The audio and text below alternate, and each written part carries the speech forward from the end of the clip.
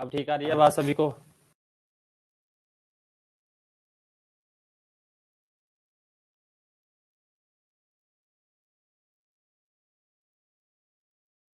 Okay, चलिए हम किसकी बात?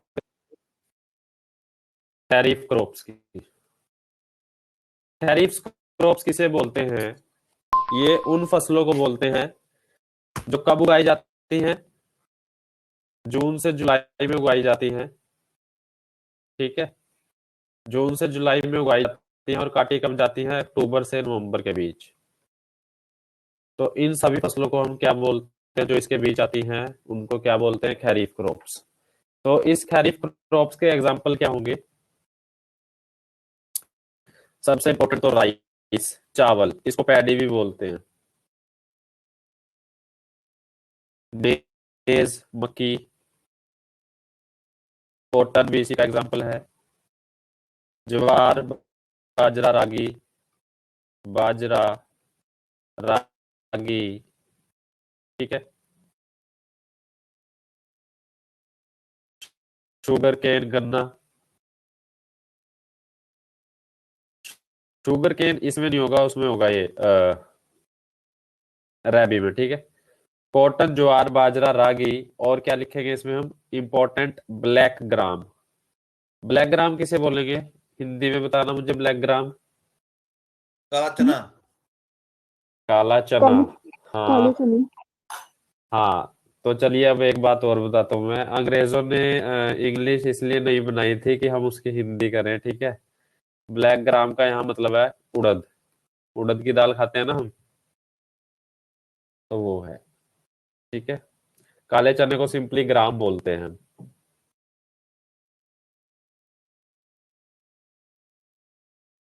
सेकंड जो हमारी क्रॉप है वो है रैबी क्रॉप।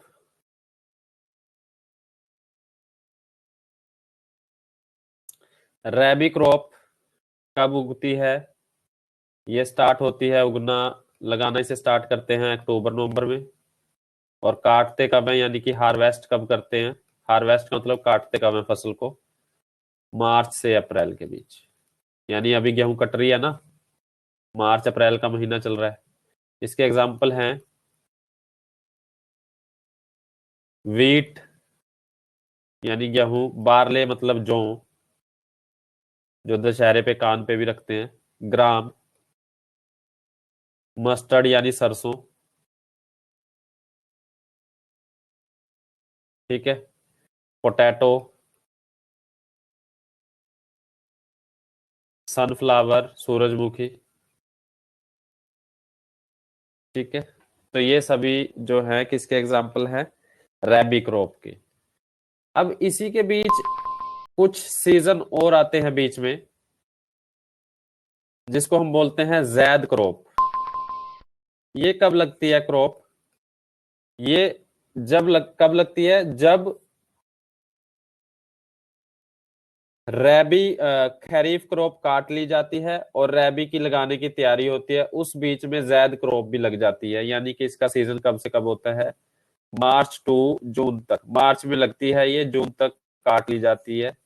और इसके जो एग्जाम्पल होंगे वो क्या होंगे? खीरा जैसे, कुकुम्बर, खीरा, वाटरमेलन, तरबूज। ठीक है, और ठीक है, तो ये इसके क्या होंगे? एग्जाम्पल। चलिए अब कुछ क्रॉप्स की बात कर लेते हैं। हालांकि मैं नोट्स जो सेंड करूंगा उसमें भी होंगे, लेकिन फिर भी मोटे मोटे तौर पे कुछ की बात कर लेते हैं। ठीक है,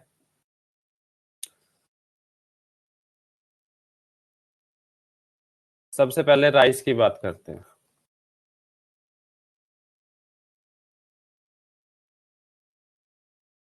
ये अब ध्यान रखना, इंडिया की सबसे इंपॉर्टेंट जो क्रॉप है वो कौन सी है? राइस, ना कि गेहूं। गेहूं नहीं है, राइस है। ठीक है, the most important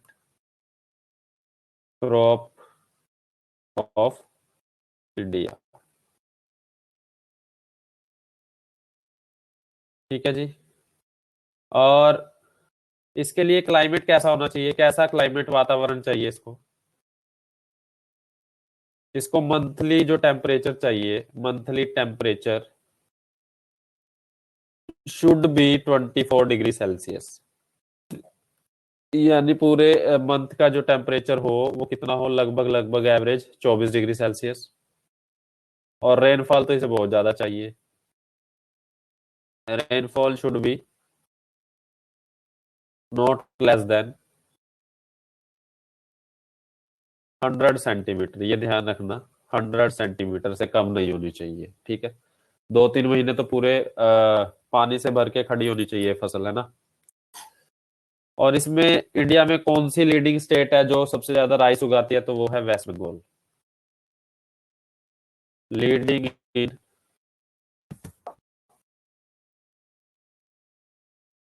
rice producing, ठीक है। और राइस बाउल ऑफ इंडिया किसे कहा जाता है?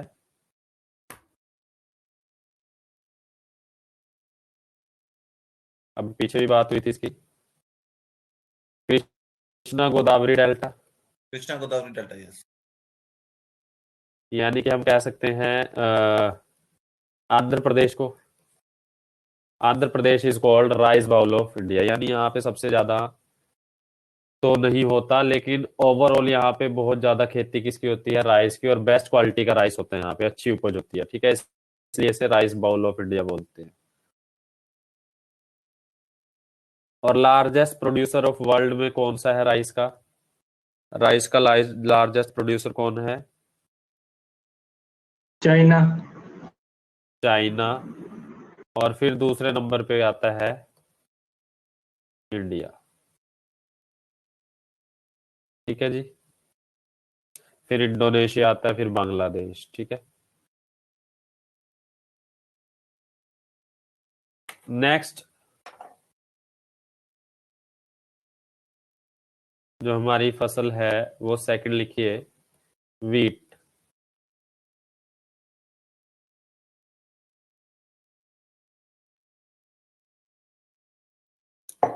ये सेकंड इंपॉर्टेंट क्रॉप है इंडिया की।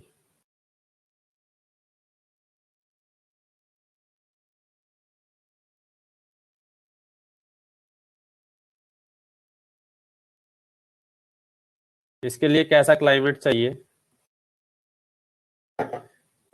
जब इसको उगाते हैं, यानी at the time of sowing, यानी उगाने के समय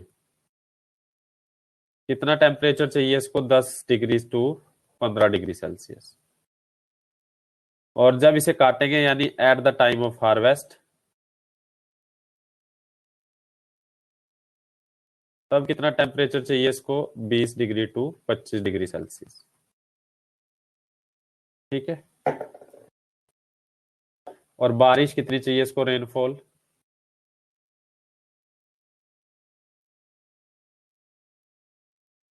शुड नॉट बी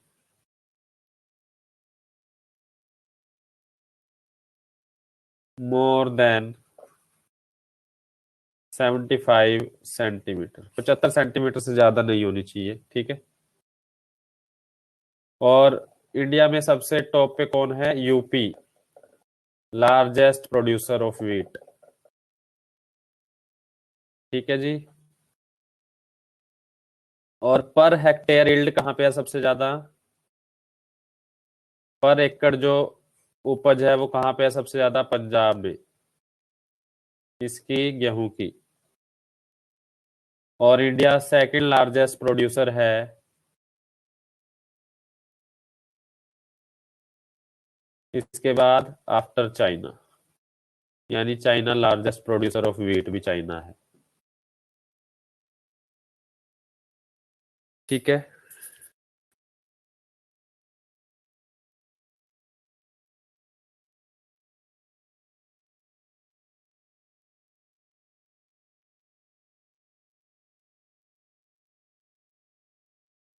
उसके बाद बात करते हैं मेज की।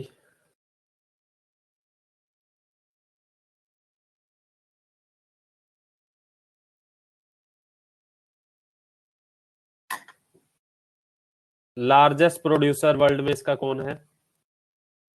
यूएसए। फिर चाइना, फिर ब्राजील। ठीक है, तो ये टॉप 3 है। इंडिया 5वें नंबर पे है, 5th लार्जेस्ट प्रोड्यूसर है इंडिया।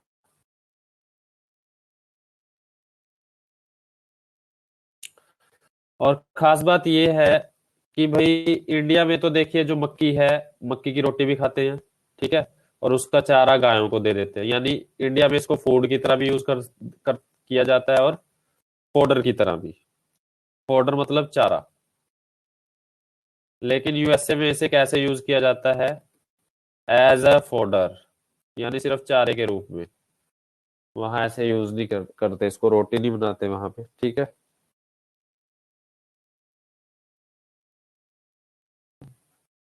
इसके लिए जो टेम्परेचर चाहिए, 21 से 27 डिग्री सेल्सियस चाहिए, ठीक है, और रेनफॉल 50 से 100 सेंटीमीटर तक।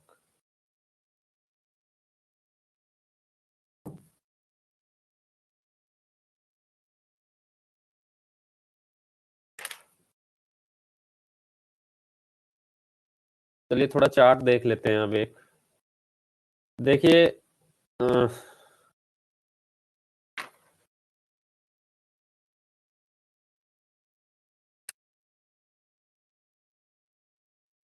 चलो एक दो और कर लेते हैं क्रॉप। लिखिए नेक्स्ट, कॉटन।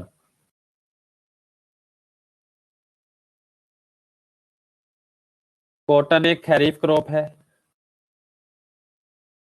और इसको कैश क्रॉप भी बोलते हैं, क्योंकि इसका उद्देश्य क्या होता है? बेचने के उद्देश्य से की जाती है, तो इसलिए इसे कैश क्रॉप भी बोलते हैं कॉटन को। लार्जेस्ट प्रोड्यूसर,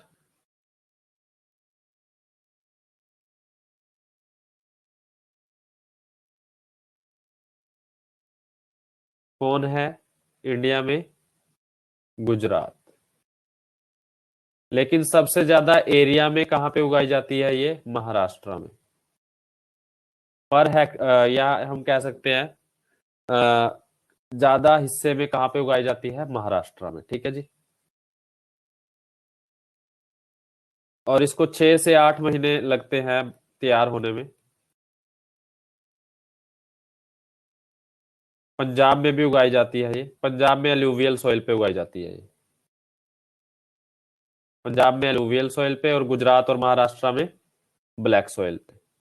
ये खास बात है इसकी।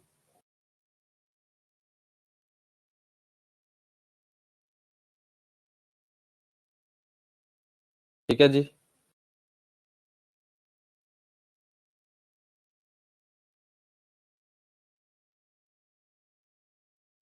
और इंडिया ही लार्जेस्ट प्रोड्यूसर है वर्ल्ड में कॉटन का।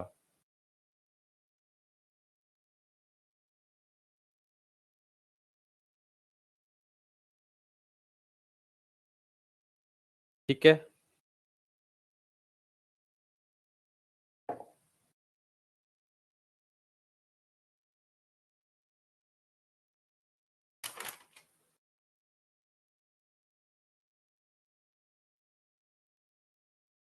अब बात करते हैं जूट की। जूट यानी वो बोरी, जो गोल्डन बोरी टाइप होती है ना, उसको बोलते हैं जूट, ठीक है। लार्जेस्ट प्रोड्यूसर इसका भी इंडिया है,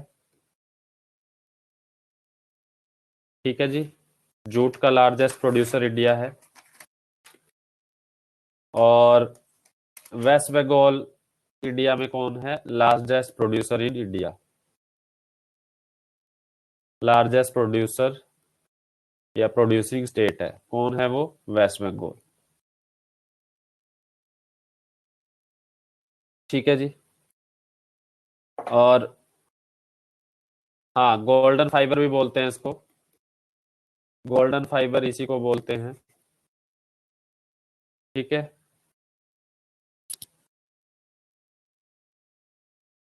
नेक्स्ट लिखिए,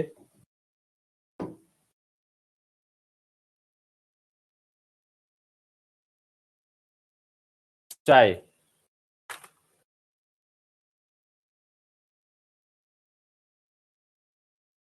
इसके लिए जो टेम्परेचर चाहिए चाय के लिए, 20 degree Celsius to 30 degree Celsius होना चाहिए।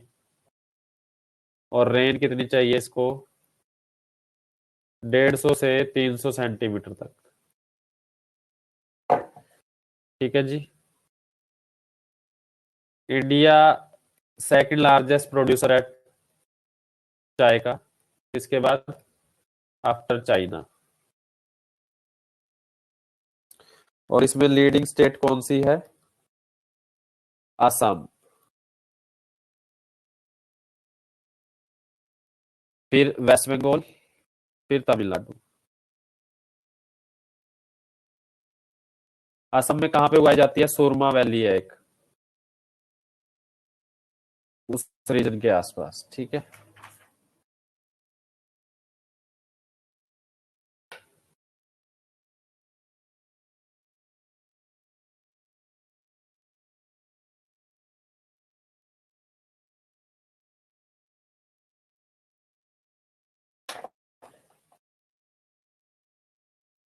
हाँ,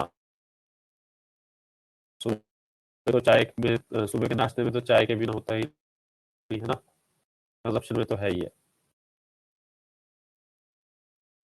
अब बात करते हैं कॉफी की। कॉफी के लिए अगर मैं कहूँ कि इसके लिए टेम्परेचर चाहिए लगभग 15 से 28 डिग्री सेल्सियस, और रेनफॉल इसको चाहिए 150 से 200 सेंटीमीटर। और कर्नाटका लार्जेस्ट कॉफी प्रोड्यूसर है, स्टेट कर्नाटका। कर्नाटका में एक जगह है बाबा बुदानगिरी,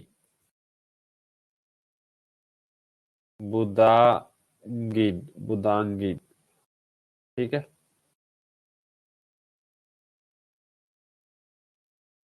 दो वैरायटीज हैं इसकी, चाय इसकी कॉफी की, अरेबिका ये वैरायटी का नाम है, एंड रोबस्टा। और जो इन दोनों में से बेस्ट है, बेस्ट क्वालिटी कौन सी है? अरेबिका। और कर्नाटका कौन सी कॉफी उगाती है? अरेबिका। ठीक है। और Brazil leading coffee producing country है। ठीक है जी।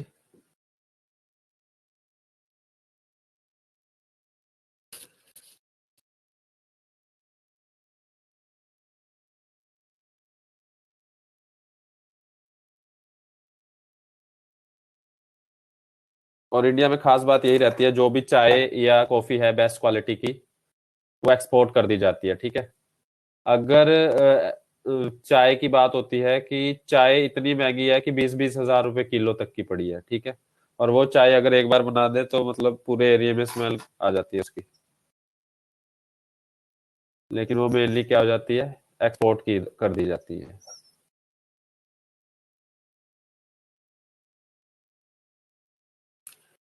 तो ये थी हमारी कुछ फसलें।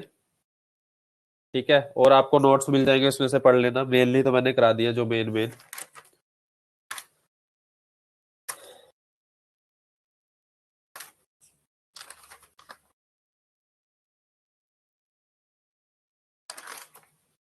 और लगभग हमारी ज्योग्राफी भी खत्म ही हो गई है। ठीक है। कुछ टॉपिक रह गए हैं, जैसे साइक्लोन, वो बताऊंगा मैं कल। साइक्लोन क्या होता है, अर्थक्वेक कैसे आते हैं। अर्थक्वेक मैंने कराया तो नहीं ना अभी?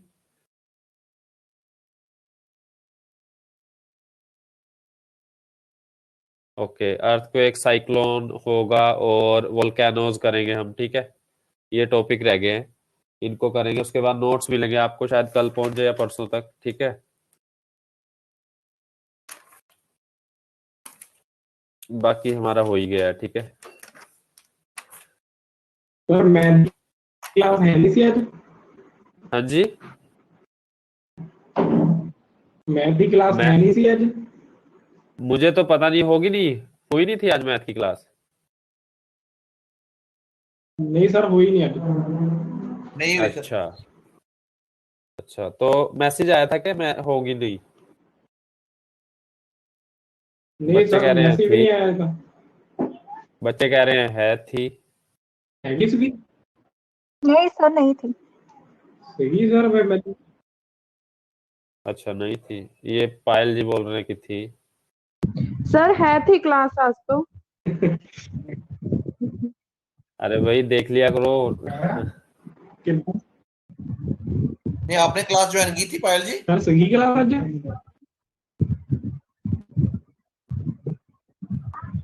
नहीं थी आज। सर मैसेज ही नहीं आया जीमेल आईडी पे। हैगी अच्छा थी सर ने, प्रॉफिट एंड लॉस करवाया था आज तो। नहीं, बट हमारा तो लॉस हो गया ना फिर प्रॉफिट एंड इस लॉस का हमें भी मैसेज नहीं आया। हाँ चलो, प्रॉफिट लॉस अच्छी तरह बट गया। जिन्होंने नहीं देखी उनका लॉस हो गया, जिन्होंने लगाई उनका प्रॉफिट हो गया। ठीक है सर इसकी मैम ने तो वीडियोस कहाँ चेक पे किया मिलती है? बार बार। हाँ जी। सर इनकी वीडियोस कहाँ पे मिलती हैं? इनकी जो वीडियोस होती है कोई भी क्लास अगर हम मिस कर जाते हैं। इस बारे में आपको बताया होगा, मुझे तो आइडिया नहीं है कुछ, लेकिन बैकअप तो मिलता है वीडियोस का। अभी आया नहीं आपके पास? सर कुछ पिछली काफी दिन से नहीं आ रहा सर कुछ ना। अच्छा अच्छा, चलो मैं हाँ करता जी, हूँ बात। ठीक है, हाँ जी, हाँ जी। मैं करूँगा। ठीक। देखिए, इकोनॉमिक्स के लिए तो मैं यही सलाह दूंगा आपको कि भाई जितनी भी नई योजनाएं आती है ना, गवर्नमेंट्स की स्कीम्स, वो पढ़नी है आपने। ठीक है, बाकी कुछ एक टर्म्स मैं भी बता दूंगा आपको। फिर और उसके अभी तो नोट्स क्या नहीं पता मिल सकते ये पे इकोनॉमिक्स किसके के कुछ, जैसे जैसे आप बोल रहे हो नई जो भी प्लानिंग आती है, उसके कोई नोट्स मिल जाए। इसके इसके बहुत ज्यादा नोट्स हो जाएंगे। मैं आपको फिर भी इम्पोर्टेंट इम्पोर्टेंट बता दूंगा, वो सर्च कर लेना आप लोग। ठीक है, करंट ओके। करंट अफेयर्स में काफी आ जाएंगे सर। हाँ बहुत आ जाएंगे, बहुत। तो इसमें तो कुछ सीमा ही नहीं है कि भाई कितने आएंगे। ठीक है, चलिए। तो भाई क्लास देख लिया करो, कई बार हो सकता है नोटिफिकेशन ना आए, चेक कर लिया करो। सर नहीं, पर हमने तो पूरा सर्च किया। मैं तो आज ये 2 घंटे से बैठा हूँ यहाँ पे आज रूम में अपने। सर लिंक सर ही नहीं नहीं आया आया ना, तो मुझे। व्हाट्सएप पे ना सर मैं मेल तो कुछ अच्छा नहीं है। क्लास की वेट 7 o'clock से कर रहा हूँ। अच्छा। 7 बजे पूरे बैठ पूरे गए तो थे फिर 7 बजे 7 बजे मैं तक। ये रह गया सही। तो फिर कई बच्चों ने तो लगा ली, उनके पास लिंक आया था क्या?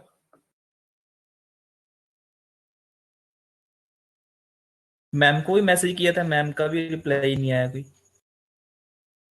ओके, चलो कोई बात नहीं। चलिए जी, आज के लिए बहुत है इतना। कल मिलते हैं, कल शुरू करेंगे हम, वोल्केनोस वगैरह कर लेंगे और नोट्स आपको भेजूंगा मैं। ठीक है, अपनी तैयारी जोरों पे रखिए अब। ठीक है, पेपर का तो चलो पता नहीं है अभी, शायद हो भी। अगर होता है ठीक है, नहीं तो बाद में होना तो है ही है पेपर। ऐसा तो नहीं होगा कि भाई ना हो पेपर। ठीक है, तो अपनी तैयारी कंप्लीट रखिए। ठीक है जी, thank you. Thank you sir.